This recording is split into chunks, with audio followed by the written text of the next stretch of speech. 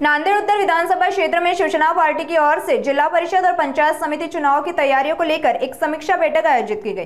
इस बैठक की अध्यक्षता विधायक बालाजी कल्याणकर और विधायक आनंदराव पाटिल बुंढारकर ने की। बैठक में चुनाव लड़ने के इच्छुक उम्मीदवार बड़ी संख्या में उपस्थित रहे। दोनों विधायकों ने कार्यकर्ताओं में जोश भरते हुए कहा कि आने वाले चुनाव में नांदेड़ पंचायत समिति में शिवसेना का भगवा झंडा लहराएगा और सभापति पद पर भी शिवसेना का प्रतिनिधि चुना जाएगा।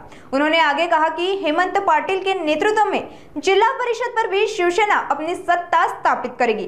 बैठक का माहौल उत्साहपूर्ण और आत्मविश्वास से भरा रहा। आज नांदेड़ जिल्हा नांदेड़ उत्तर मतदारसंघातील जिल्हा परिषद स्थानिक व पंचायत समिती स्थानिक या निमित्ताने ही बैठक आयोजित केली। या बैठकीला माझे सहकारी मित्र विधानसभेचे दक्षिणचे आमदार लाडके आनंदराव बोंडारकर यांनी इच्छुक उमेदवाराच्या मुलाखती घेतल्या।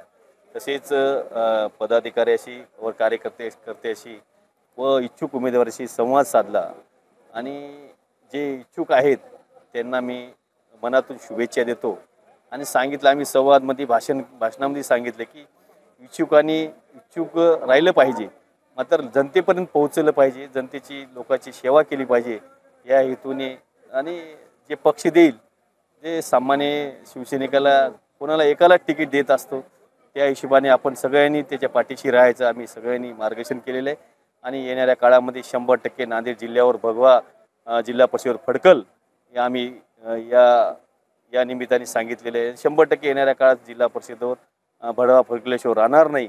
तसेच महापालिकेवर सुद्धा महापालिकेचं इलेक्शन याच्या जिल्हा परिषदेच्या नंतर आहे। आता नगरपालिका पंचायत समिती आहे।